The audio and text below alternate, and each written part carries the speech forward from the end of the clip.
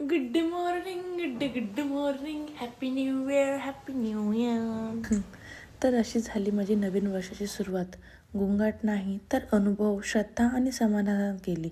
1 जानेवारीला मी आणि माझी फ्रेंड नाशिकची फेमस मिसळ ग्रेप एम्बॅसीला गेलो होतो. तिकडे खूप गर्दी होती, पण ॲम्बियन्स एकदम छान. थोडी वाट पाहिल्यानंतर मिसळ आली. दिसायला आणि तशीच खायलाही जबरदस्त होती. त्यानंतर आम्ही अळूवडी मागवली. तीही खूप चविष्ट होती आणि तिथेच मी थोडा वेळ झोका खेळून बालपण पुन्हा जगल्यासारखं वाटलं. यानंतर आम्ही गेलो सोमेश्वर महादेवाच्या दर्शनासाठी. इथेही खूप गर्दी होती, पण नदीकाठची हवा, पाण्याचा आवाज मनाला खूप शांत करून गेला. कॉर्न खात निसर्ग बघत तो क्षण खरंच प्राइसलेस होता. थोडं पुढे गेलो.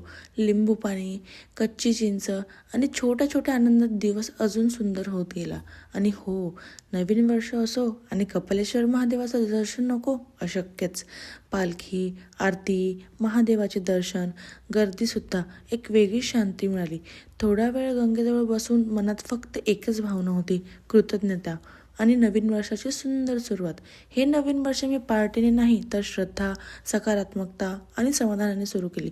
मला विश्वास आहे ज्याची सुरुवात अशी होती त्याची शेवट नक्कीच सुंदर होतो. हर हर महादेव.